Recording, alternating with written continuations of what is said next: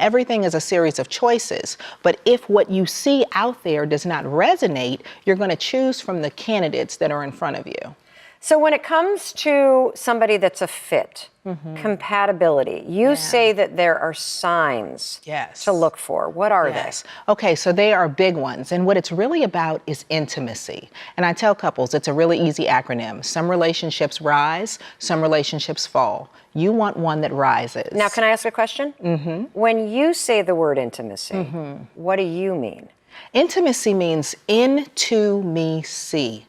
Into my deepest, most vulnerable parts. How well do you know me? How well am I showing up in those spaces? And when I show you who I am at my core, do we really line up? So you said relationships rise or they fall, and there are 5 kinds of intimacy. So what are they? Okay, so this is an acronym. This is how you remember this. So the R stands for recreational intimacy, doing things together. So if I'm a type A person, I love skydiving, I love hiking, I'm kayaking. Do you love those things too? Do we line up? It's important because if you're a person who says, well, I hate all that, I'd rather spend my nights watching TV cuddled up. Well, then we don't necessarily have a high level of recreational compatibility. Got it. So that's important. Okay. The I is intellectual intimacy. Do we feed each other? Can we have conversations if I love that intense stimulation? Can we go from politics to sports to world events to geography? And can you meet me there and do you enjoy it? Or do we say, why are you so intense all the time? Why do we have to talk? Can we just kind of sit and be? Those things are important. The S is spiritual intimacy. And this is different than religion. We don't have to have the same religion. But do we see our concept of the world, of creator, of how we exist as global citizens? Do we see ourselves the same? So spiritually, are we connected? Do we grow and nurture each other and feed each other in that space? Or do we make each other feel small or shrink or question our own spiritual growth? So that's important. Okay. The E is emotional intimacy. Are we warm and fuzzy? Do I really feel like you get me? Do I feel safe and vulnerable? Or am I more like kind of a cactus? Listen, I don't need all that touchy-feely emotional stuff. Be tough, be strong. And then that last S, it's last, but it's definitely not least, sexual intimacy. Do we like the same things? Do we light each other's fire? Are we into the same kinds of exploration, or are we both conservative? Are we talking about it in terms of how much sex we want? How often? Do we show up and feed each other in that passion place? Some relationships rise, some fall. You want one that rises. And the secret to a relationship that rises lies in those 5 forms of intimacy. Do you have to have all of them? No. Okay. But it's important that you have the ones that fit.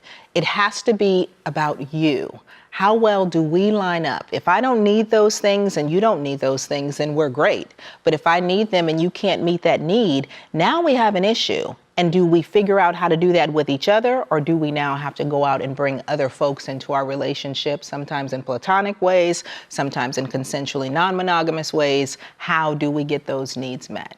Got it. Well, I know that everybody's now wondering, holy cow, how do I know if I am compatible? Well, we have created a quiz to tell you whether or not you're compatible with your partner. Let me give you the questions real quick because you can take it right here at home.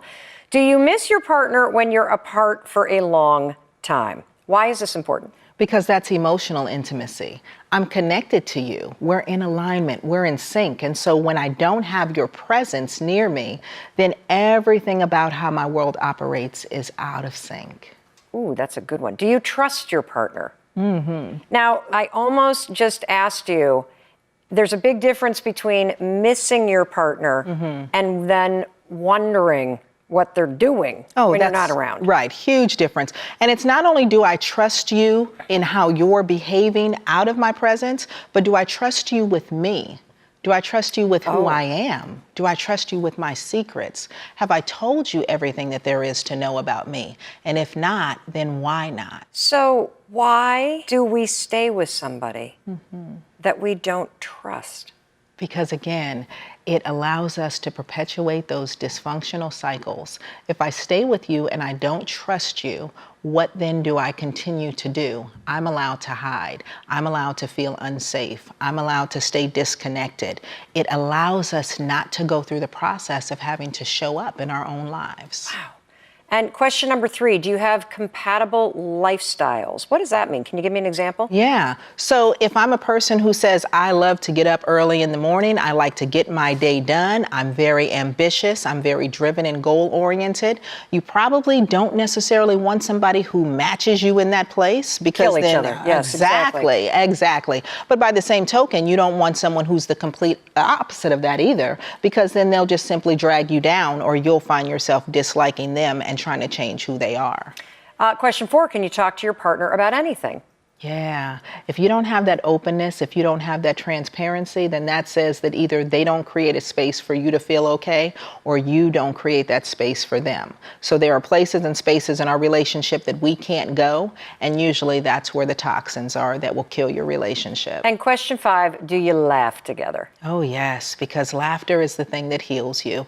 And if we can't laugh, if we have to take everything seriously in our relationship, then we are not compatible.